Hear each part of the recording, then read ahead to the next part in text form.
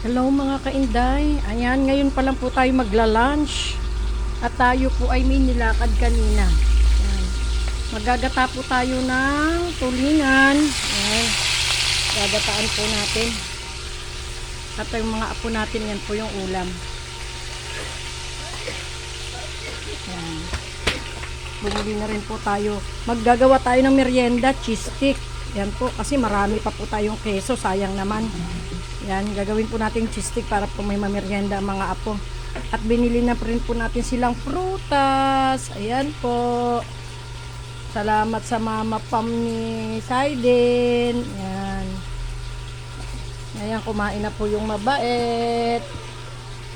Thank you for watching mga kainday. Lagi lang natin tatandaan, anuman ang marating sa buhay, magpakasimple lang.